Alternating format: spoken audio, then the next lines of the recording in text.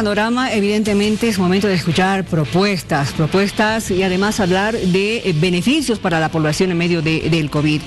Nos visita hoy el empresario Samuel Doria Medina, quien es candidato, pero hoy va a hablar como economista para ver qué se puede hacer para salir adelante de este momento en el que está el país con el COVID. Don Samuel, muy buenas noches. Muy buenas noches, bienvenido. Miriam, y buenas noches a todos los televidentes. A ver, ¿cuáles son sus propuestas? ¿Qué es lo que usted ve? ¿Qué deberíamos hacer? Mire, en materia económica hay una respuesta clara y la están aplicando prácticamente todos los países. Cuando viene una crisis como la que estamos viviendo, donde la gente no puede trabajar, no percibe ingresos, lo más importante es evitar que se rompa la cadena de pagos y que se pare la economía. El ejemplo clásico es de un taxista, Juan, que gana todos los días y con eso va y compra de la tienda de la esquina sus víveres. Ahora que no está trabajando, podrá ir un día y podrá tal vez fiarse, comprar al crédito. Le darán crédito 1 o 2 veces, pero la tercera ya no le dan crédito. Tiene que pagar. O no le van a fiar, no le van a dar los bienes, porque la señora tiene que pagar al mayorista y el mayorista tiene que pagar a la fábrica. Entonces, la única manera de evitar que se rompa la cadena de pagos es darle un bono a Juan para que con ese bono él pueda ir, comprar la tienda, comprar el mayorista hasta la fábrica, de manera tal que continúe la cadena de pagos. Por eso yo creo que lo que ha hecho el gobierno, primero atender a los más vulnerables, a los discapacitados, a los adultos mayores, a las mujeres embarazadas o con niños pequeños. Después, como se ha alargado la cuarentena, ha anunciado un bono universal para que llegue a todas las personas y se ha empezado a atender a las empresas. Ahí también las más vulnerables son las microempresas, las pymes, las pequeñas medianas. Se les ha dado un crédito para que puedan pagar salarios a largo plazo, tasas de interés muy bajas. Se ha abierto también otra línea de créditos para que las empresas puedan prestarse dinero a una tasa de interés muy baja y a un plazo muy largo. Pero seguramente más adelante habrá que ir tomando medidas más específicas. Por ejemplo, todos los restaurantes, cafés, bares ocupan a una gran cantidad de personas, cientos de miles de personas en el país, y no queremos que se queden desempleadas. O la construcción ocupa también a más de 500,000 de personas, no queremos que se queden sin trabajo. Tendrá que verse qué se hace con esos sectores más específicos para evitar de que esta crisis, que creo que es importante decir, es temporal. Una vez que pase la cuarentena, una vez que vuelva a la actividad económica, va a ser un mal recuerdo, pero la actividad económica va a volver a funcionar, va a volver a trabajar todos los sectores. Y creo que el deseo es de que volvamos pronto, ¿no es cierto? ¿Se acuerda cuando hemos conversado la última vez? Era antes de que se declare la cuarentena y usted estaba en contra de que entremos en cuarentena justamente para que no se pare la economía, ¿no es cierto? Y ahora habla justamente de que hay que evitar que se pare la economía. Me está poniendo palabras en la boca. No, pero se acuerda que digo, hay personas que ganan el día a día. Es distinto una cuarentena para una persona que igual que recibe su sueldo a fin de mes que para una persona que gana día a día. Exacto. Y estamos viendo ya los países más grandes han empezado a dar pautas de cómo se va a volver gradualmente a la normalidad. Yo escuchaba ayer a la canciller alemana, la señora Merkel, que decía: a ver, la próxima semana van a abrir las tiendas no muy grandes, librerías, tiendas de bicicletas, de autos. El colegio empezará a funcionar primero los mayores, es decir, los de la promo, prepromo, así a partir de mayo. Pero también daba un mensaje complicado, decía, pero bares, restaurantes, teatros, cines, transporte aéreo, olvídense hasta agosto. Y la OIT ha marcado justamente este sector como el que más daño va a recibir por esta pandemia. Efectivamente. Entonces, otra cosa es el tema de la edad. Seguramente podrán salir los jóvenes, pero las personas en la edad de riesgo, mayores a 65 años, van a tener que quedarse buenos meses en su casa y cuidarse porque son la población de mayor riesgo. Ahora, don Samuel, en medio de esta situación en la que estamos, ¿es conveniente el haber pedido un crédito grande? Estamos hablando de $1.000 millones, ¿verdad? Mira, Miriam, yo creo que tal vez incluso se va a gastar más de $1.000 millones. ¿Por qué? Porque Bolivia está dejando de percibir, están consumiendo menos gas. Brasil, por ejemplo, el precio del petróleo y del gas ha bajado, los minerales también. Entonces yo te diría que así como hay personas que no están recibiendo sus ingresos, el país está dejando de recibir ingresos por varios meses. Entonces la racionalidad económica que yo le veo es, hay que hacerse un crédito, ahora hay créditos solidarios, hay que pedir un crédito por los ingresos del país de 4 meses. Que no se han efectivizado. Y en este momento todos los organismos internacionales están dando recursos. Entonces habrá que pedir tal vez 2.500 millones de dólares de crédito. Tengo entendido que con los bonos se está inyectando a la economía algo más de 500 millones de dólares. Se ha hecho compras muy importantes para el sector salud, respiradores, trajes de bioseguridad, como 200 millones de dólares. O sea, los $1.000 millones que solicitó de crédito, puente lo llamo yo, sí, del Ministerio de Finanzas al Banco Central, porque después eso se va a refinanciar con los organismos internacionales y el Ministerio de Finanzas le podrá devolver al Banco Central. En este momento, el déficit fiscal, la inflación, la deuda, no son tan importantes como eran antes del coronavirus. Si alguien se presta dinero para hacerse un palacio nuevo, comprarse un avión, está mal. Pero si se presta dinero a un país para atender una emergencia de salud, como la que estamos ahorita pasando, claro, es obvio que es racional y es adecuado. Ahora, ayer se ha escuchado la propuesta del candidato a la presidencia por el MAS, don Luis Arce, que ha generado evidentemente reacciones en diferentes ámbitos, especialmente en el político. Por ejemplo, don Carlos Mesa ha dicho lo siguiente: uno puede entender las diferencias ideológicas y puede entender que hay visiones distintas sobre cómo encarar la situación de hoy. Pero lo que no se puede entender ni se puede aceptar y se debe condenar, y lo condenamos, es que una zona del país, en este caso el Chapare, le diga no a la presencia de la policía en un momento tan grave como el que está viviendo Bolivia. Es una irresponsabilidad, es una forma de bloquear la posibilidad de encontrar soluciones. Bueno, en resumen, ha enfocado justamente de que estamos en un momento todos, que deberíamos estar unidos absolutamente todos. Ha hablado también de lo que ha pasado en el Chapare. ¿Qué opinión tiene usted sobre lo ocurrido?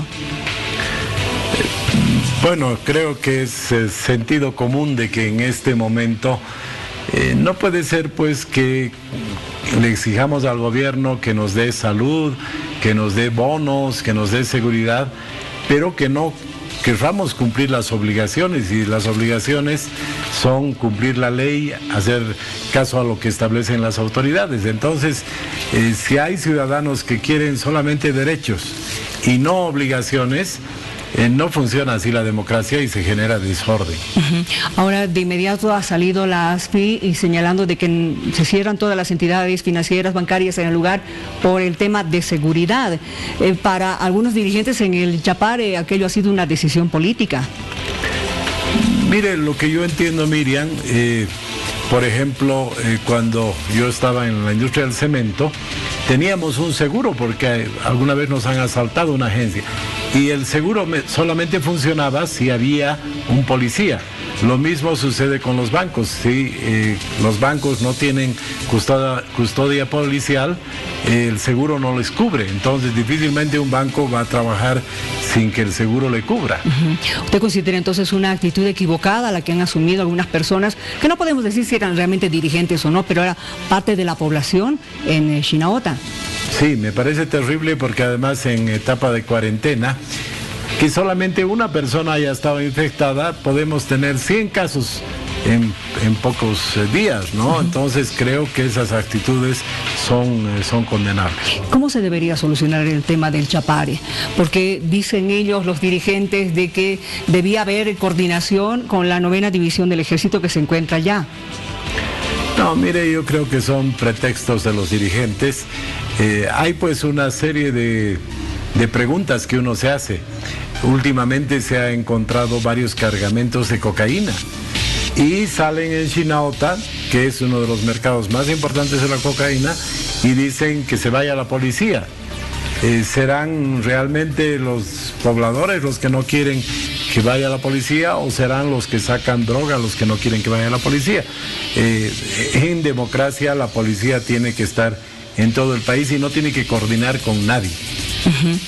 Ahora bien, lo que ha pasado en el Chapare, por un lado, ayer ha visto que justamente al sacar a estos policías, que eran 9 policías, se ha roto la cuarentena, evidentemente, no había distanciamiento social, además era en un horario en el que todos deberían estar en su casa, ¿no es cierto? Eso por un lado. Por otro lado, lo que está pasando en la ciudad del Alto. ¿Se ha visto? La feria 16 de julio, este jueves, ha sido igual, prácticamente casi igual. Sí, es muy lamentable que hayan lugares en el país donde no respeten la cuarentena. Por ejemplo, ayer cuando daban los datos, en todo el país eran muy pocos casos. En Santa Cruz 3 casos nuevos, sí. En Oruro un caso nuevo, así en Cochabamba creo que era 1 o 2. 19 en La Paz. Pero en La Paz era prácticamente 20 personas. Y eso es consecuencia de que no se está respetando la cuarentena. Y si eso se extiende y va creciendo, perjudican a toda la población. ¿Pero qué se hace en estos casos, don Samuel? ¿Qué se debería hacer? Porque todo el mundo dice, no hay presencia policial, no hay presencia de las autoridades municipales en estos lugares. ¿Qué se debería hacer? Bueno, la población está informada. Yo creo que ya no hay ningún ciudadano boliviano ni ciudadana boliviana que no sepa que hay una epidemia, una pandemia y que hay que quedarse en casa para contribuir a que se acabe esta pandemia en el país.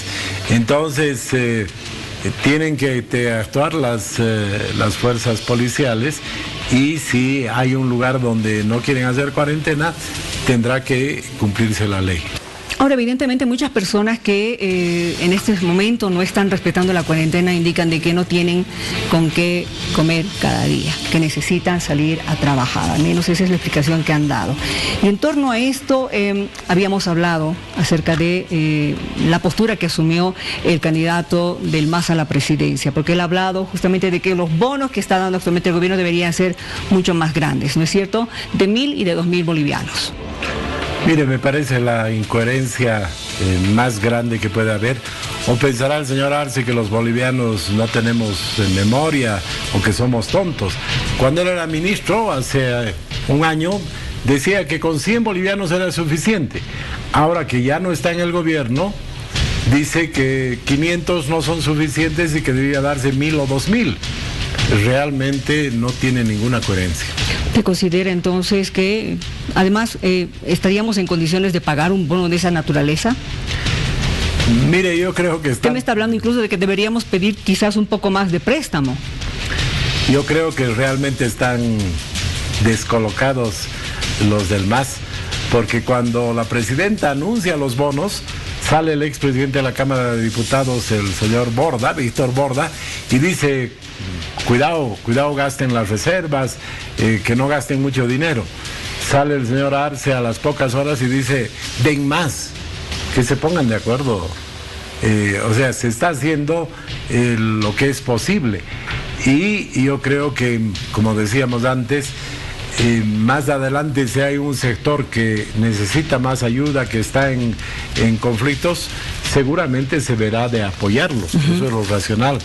Pero plantear de que a todos les demos 2, 4 veces más porque estamos en campaña, me parece completamente demagógico. Incluso estaba sugiriendo que se dé un impuesto a las grandes fortunas, don Samuel. Ese es un cuento que lo hacía el ex vicepresidente García Linera, y después de haber estado 14 años en el gobierno y que no hicieron nada de eso, ahora nos vienen con el cuento de que habría que poner un impuesto a las grandes fortunas. Seguramente ellos podrían pagar, porque con la corrupción que ha habido en esos 14 años, ahora hay muchos masistas, ex autoridades con grandes fortunas. En este momento en el que estamos todos atravesando y estamos afectados además por el COVID, porque estamos prácticamente parados todos, diré casi todos, ¿no? Ha debido estar viendo qué países están saliendo adelante en medio de esto, quiénes lo están haciendo bien. ¿Qué le gustaría a usted que copie Bolivia de esos países? Bueno, primero la República Checa ha tenido un poco impacto y está saliendo más rápido de las medidas de cuarentena, porque todos usan barbijos. Y creo que hacia adelante, por lo menos hasta que se encuentre el remedio o vacuna para el coronavirus, todos nos tenemos que acostumbrar a usar un barbijo en la calle, eso nos protege. En algunos tipos de trabajo habrá que usar guantes. Creo que esas medidas van a durar bastante tiempo y hay que copiarlas porque los que han hecho eso han tenido menos problemas. Ahora ya se está discutiendo en el mundo el fin o el cese de las cuarentenas. Yo creo que ahí hay que hacerlo con mucha cautela, por etapas. Por ejemplo, habrá un criterio regional y yo diría que el Beni, que no tiene ni un solo caso, resguardando bien sus fronteras y los límites departamentales, podría empezar a trabajar en los próximos días, según mi criterio personal. Lo mismo Tarija, Sucre, Chuquisaca, que han tenido un caso o dos casos, si no tienen más en los próximos días, podrían volver a trabajar. Los más jóvenes pueden volver a trabajar. Las personas mayores o las personas que tienen una enfermedad crónica, hay que cuidarlos todavía más tiempo. Y después habrá que ir viendo una cantidad de actividades que se pueden reanudar, porque va a poder haber distanciamiento social. Pero, por ejemplo, pensar en que se reabran los cines o las discotecas o los bares no es posible en este momento. Entonces no se puede dar una medida general. Ahora la cuarentena tendrá que ser más selectiva, más regionalizada, de acuerdo a la edad, y creo que para que eso funcione bien tenemos que respetar la cuarentena. Gracias por haber venido, don Samuel. Gracias a usted. Cuídese, por favor. Que le vaya